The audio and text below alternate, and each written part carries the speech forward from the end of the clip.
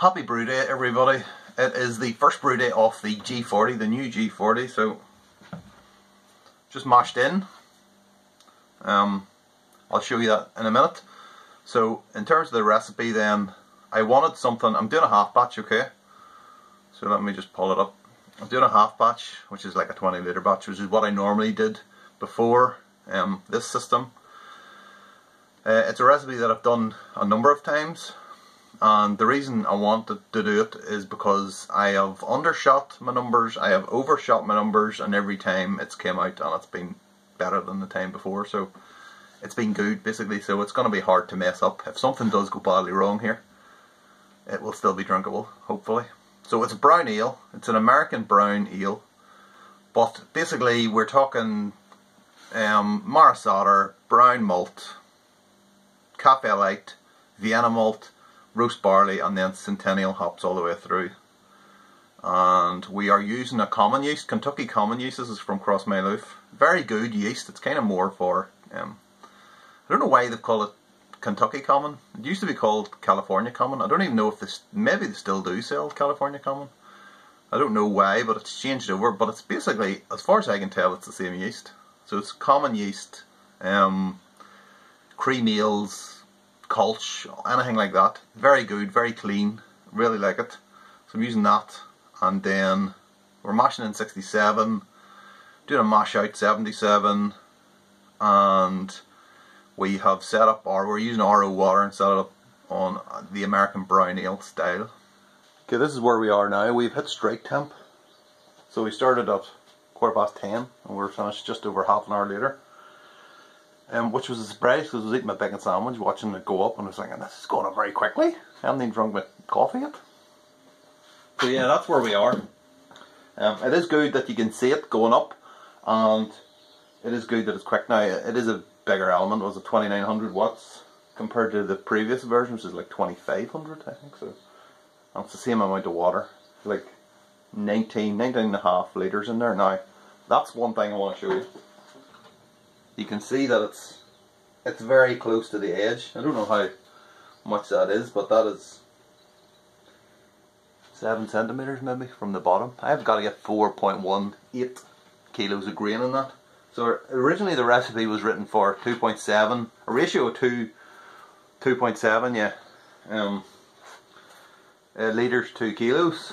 So I then put it up to 3 just so I get an extra litre, which did give me an extra litre. So we're going to go in now and mash in and see how it happens. I think it's just because it's different from what I'm used to. I'm used to it sitting the way up, and then you know you got plenty of space. But then again, I am also used to not using a grain basket. So let's see. Oh, also, Whiskzilla. I think we're going to have to retire it. Look at that. It's rubbish. So I'm going to have to use its little cousin, which is more appropriate. So yeah, I might get a dedicated, retire this and get a dedicated smaller version, stainless steel. But yeah, we're just using this one in the meantime. Okay, let's mash in and see what happens. So it's still maintaining temperature. Oh, that's what we've got. Looking very pretty, has to be said. That was a complete fluke.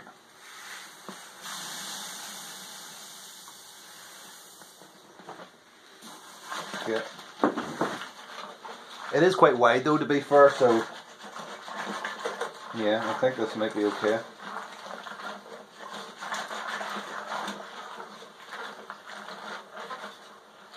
Again, a small batch like this, with that whirlpool arm going.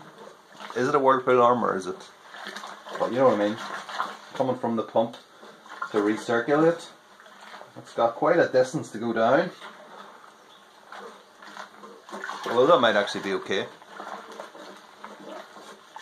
Because then it won't kind of whirlpool the mash so much as sit on top somewhere.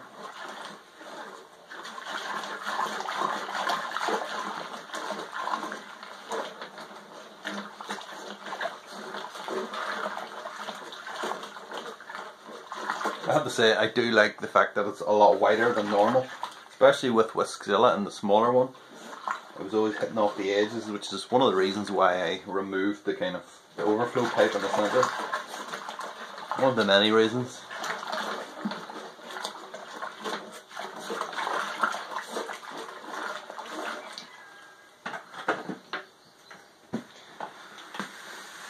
So yeah, I think it was just looks are deceiving.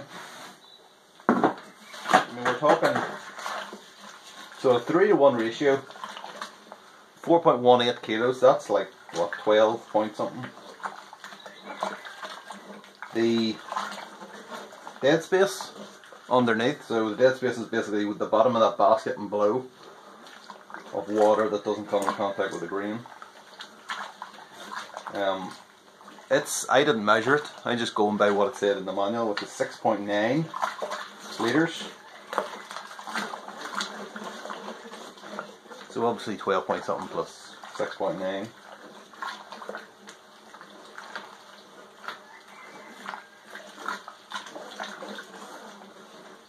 But yeah, no, that's okay. Doesn't look too bad.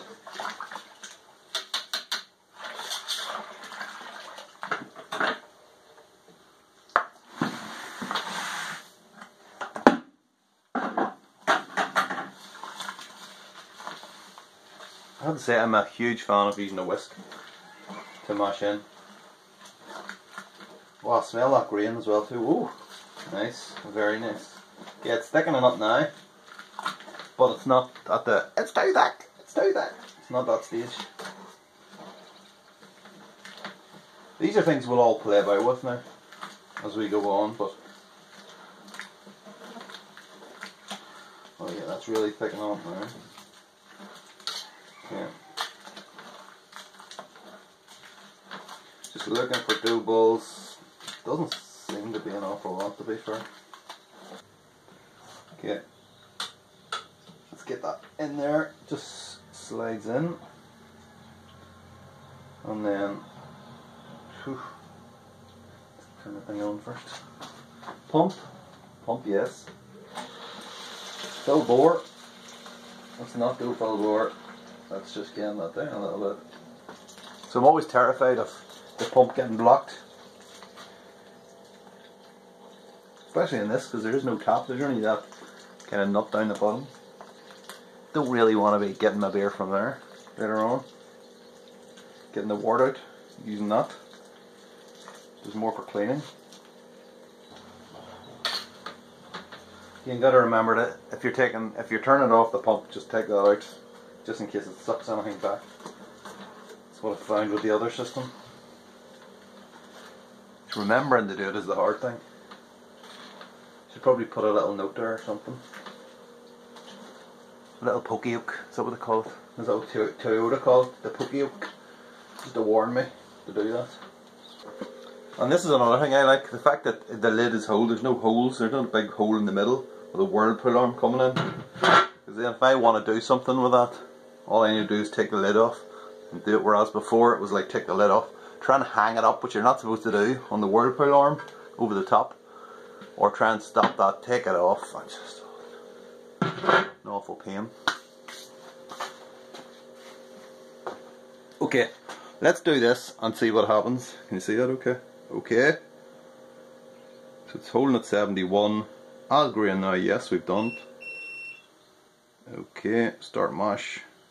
67 degrees. Oh, see, no. So it's 71 is the strike temp, but it's not 6. It's still 71 now. So I have fucked that up. Okay, well that's not good. Okay, so let's just leave the lid off there and we'll try and get that down. So yeah, that was a mistake. Don't forget, pull the pump off, stop the pump.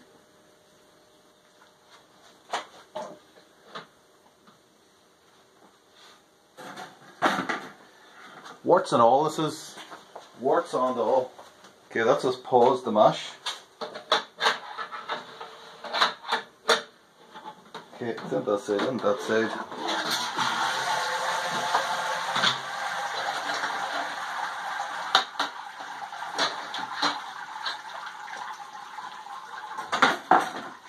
What am I supposed to do there?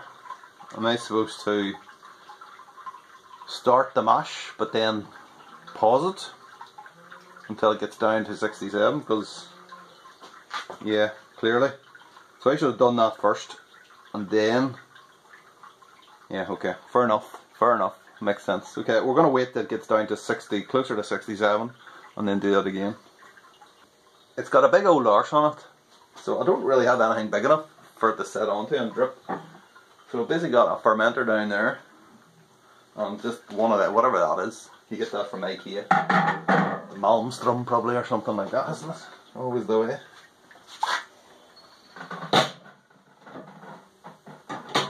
So that's another thing I need to sort out. I mean, I could use something like that, I suppose, if I had a clean one. Because I had to drill holes in that, so that might actually work. But it's storing the thing, I mean.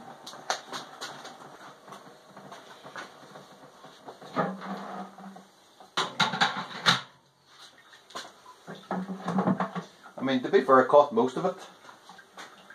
So, not too bad. But yeah, we need a better solution than that.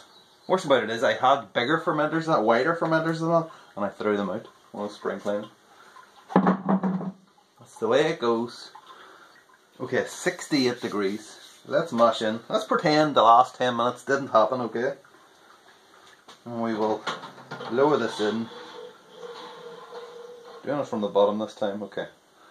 I've seen it, there's already a flaw in my plan here, hold on. And that is my fingers are going to get cut off if I do that. There's the handle.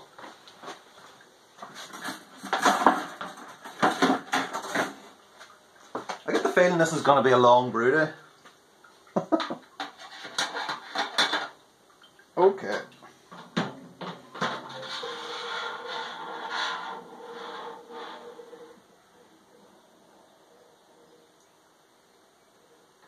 I can feel it floating. Obviously I'm holding it like, but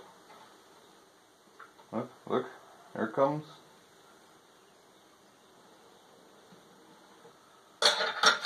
Nice.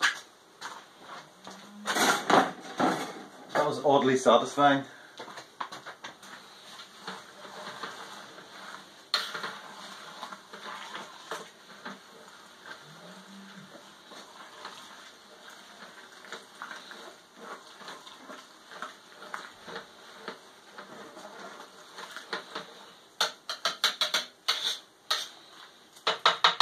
Okay. What's the chances of that happening? Get the lid on and let's hit play. Unpause. There we go. 60 minutes, 67 degrees. Let's do it. Okay, we're up to the mash out now. So it automatically did that. Straight up. That's good. It's going to be 10 minutes, so there was a bit of a faff around the mash.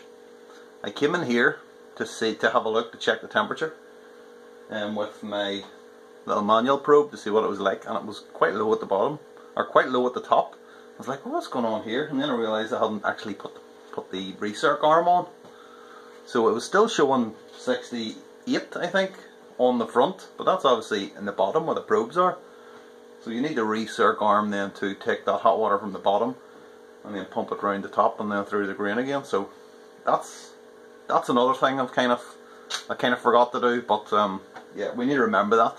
It's kind of going from there's no need for that when you're using a bag, because obviously there is no dead space. So yeah, it's just trying to remember to do that. But I did have it on originally, and then, you know, but you should have reminded me about it. That's what it was. So it's your fault, it's not mine.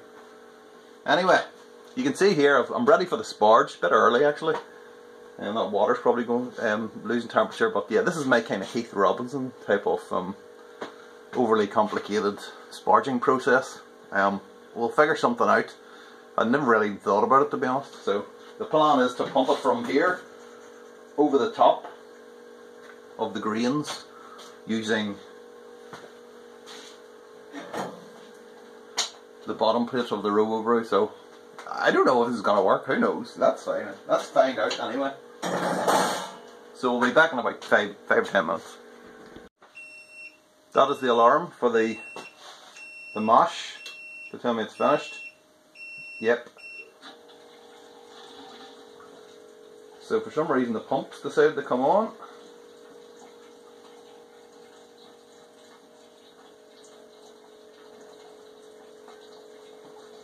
Not really sure why.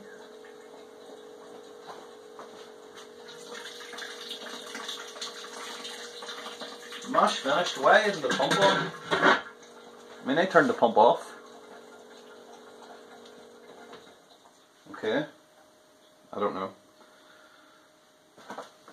So I had to, I actually, when I turned the pump off, the little, I forgot to take it out, like I said I was going to. There's a bit dark over there. And yeah, it sucked up a bit of grain. I'm paranoid about this pump getting blocked, but it sucked up grain right up into it, so I had to kind of flush it out, hold it under the tap, basically. This is what we did. So yeah, I'm not sure why the pump just came on there. No idea. We will figure that out in time, no doubt. Let's get that over there. Okay, so this is showtime. It's gonna go wrong anywhere, it's gonna be here. Okay. Got wires all over the place, look. Trip hazards all over the place. Okay. So let us get our handle. Get the handle in, make sure it's done on both sides please, thank you. And then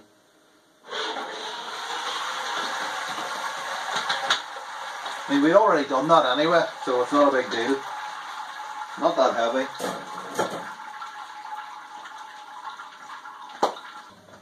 Okay, there it goes. Control that flow a bit more.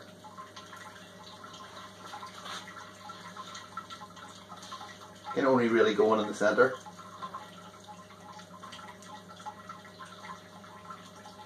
I mean, it would near be handy for me just to stand there and just pour it across. Okay, sponge is done. So I need to get a pre-boil, and I need to do something with this.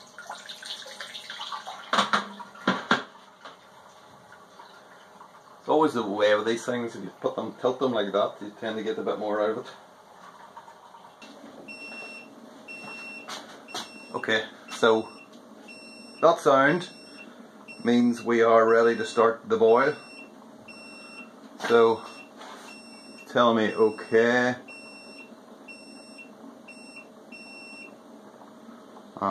Start timer. Okay, add our 7 grams of Centennial now. So that's what we'll do. Just here we go now. We're tossing this straight in. God help us if this pump gets blocked. Done this before in other systems and it's never ended well, so lady luck, please shine on me. There it goes.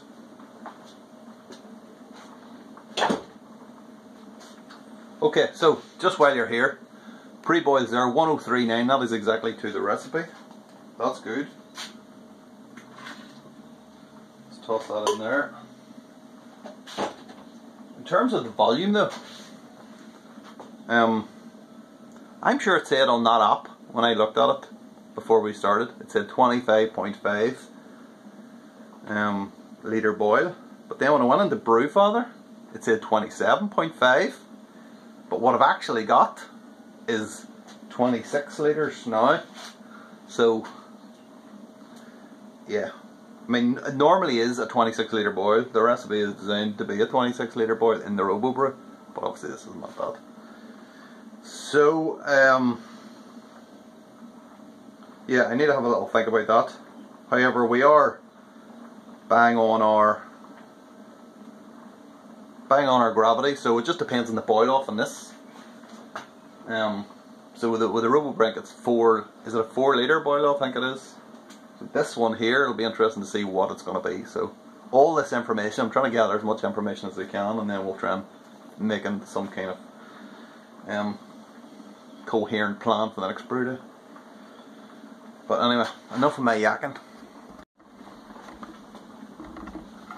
that's what the boil looks like there. Sorry if it's a bit steamy, but decent. It is decent. Maybe it's going to be too decent. Too much of a boil off. Want a keg full, not half a keg, please.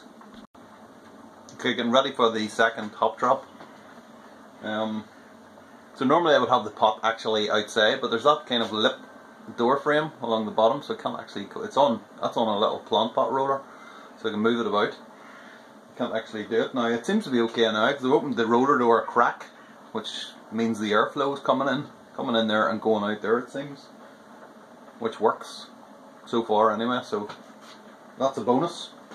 So second hop drop is going to be 5 grams, a whopping 5 grams of Centennial. 3, 2, 1. Okay, there it is. Add our Centennial now. Fair enough. There it is there. Please don't block the pump. Yep, that's us.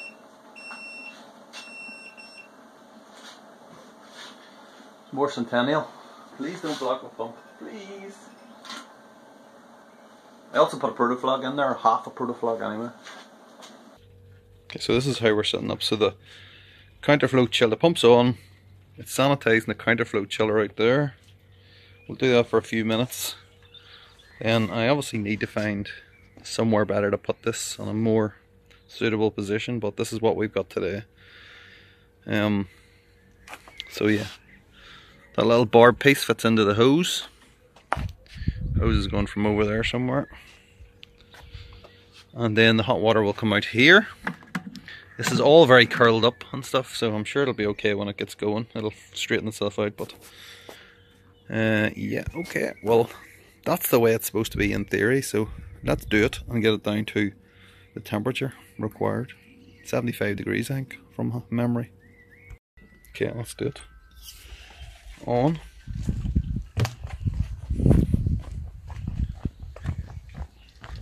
Fuck me, look at that. Okay, that went badly wrong there. Well, it's going now.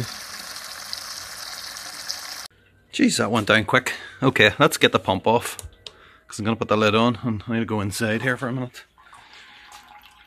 So there's our hops. Please don't block the pump. There we go. I need to mop this place in here. Look at this. Woo! I had a clip, but it seemed to have come off the clip, or I don't know what happened, but yeah, it wasn't very clever. Okay, we're going to try it again. Hopefully it's a bit more stable than it was the last time. Don't really want a fountain in the garden. Let's go and see what's happening. Yep, it's alright, it's holding. Don't think I had the clip on properly the last time. There it is there. And then, oh, I need to get the bloody pump on.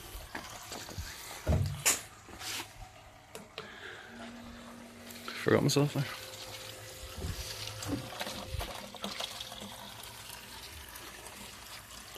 See, this is a caper, this. I need to figure out a better way, more efficient way of doing this. Water's cold. Stone cold.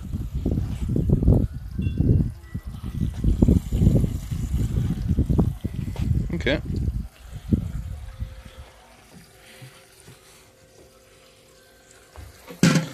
Does it tell me? It doesn't tell me what temperature is it. Let's press set.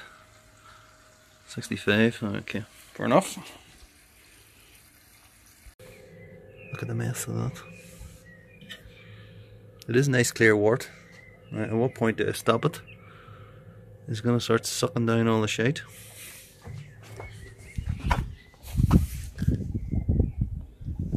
Yeah, it's sucking it all down. Okay. Stop.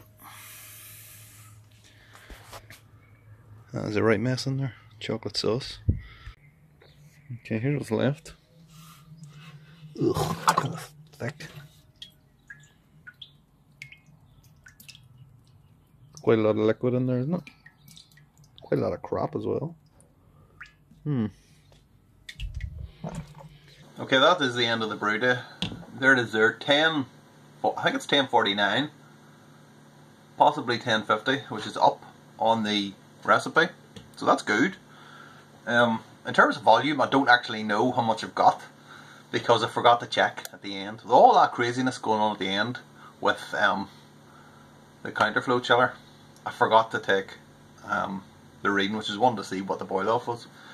And the fermenter I'm using doesn't have markings on it, because I haven't put that on yet, of that label. But so yeah, it's not very clever. I'm guesstimating, let's say, about 19 litres, I think. I'm not entirely sure, but we'll go with 19 litres. So that would mean, I think it was something like 72% efficiency, brewhouse efficiency, if it is 19. There was good things and bad things happened, okay. It was quite stress-free the whole day, right up to the end. Right up when I started using that counterflow chiller, because that is an unwieldy beast, okay. I didn't realise just how awkward it was going to be. There's like hoses coming out of it, like a bloody octopus. So there's two in and two out, and it's just trying to find somewhere to put it while you're chilling it down. I'd considered putting the lid on and putting the lid and putting it on top of the lid, but then the silicone hose that comes from the pump needs to come out, so that then it will be sitting on, crushing down on the lid, which is not ideal. So yeah, I need to find somewhere to put it. I don't know whether to permanently fix it somewhere or whatever. But yeah, we need to do something. That was a bit stressful, to be honest, at the end, which is half the reason why I didn't take a reading at the end. So yeah, if anyone has any good solutions as to what the hell to do with that thing, because it's big, alright, and there's bloody hoses, as I say, coming out. Even when I've put it away there, I don't know whether to. When it came, it was like coiled. See the the red and blue hose. They were kind of coiled round and down into the center pit, which is good for storage. But then whenever you go to use it, it's like there's just, you're trying to get that thing uncoiled. It's a real pain in the hole. And then yeah, just there was water coming from everywhere, and it's just a bit of a disaster. So you know, next time that's going to be better. Okay, I think that was the main drawback. Also cleaning the thing as well, because it's a bit more heavy than the old one used to be, and you could just drag it around the place and tip it up and stuff and do everything you wanted. You could still do with that, but I know I'm built like Hercules and all, but it would be a bit easier to clean. So I might need to look into doing something with that bottom nut. I did actually take the bottom nut off at one point, which wasn't that hard, I suppose, but it would be better if I could figure out a proper solution for that as well too, because there's a lot of stuff left in the pump and left in the system, even though you can't see it. It's down in the hole somewhere, so it's just trying to get that stuff out. Other than that, everything else went pretty well, I think. So I'm quite pleased with how it ended up. Just a bit of a faff at the end. You know what? It was probably half my fault as well. Anyway, because I was kind of making dinner at the time, and then when we went into the hop stand, that's when I was having dinner and just rushing about and just, yeah. So at least we know what we're doing the next time, I think, and we will see if we can have a smoother brew day at the end. So yeah. So yeah, that is it. We'll see. I pitched the yeast and all, everything's sorted that end, but as I said, this video is not really about the beer, it's more about the kind of the process. I'm trying to use it for the first time, so right to my way. I'll see you on the next brew day.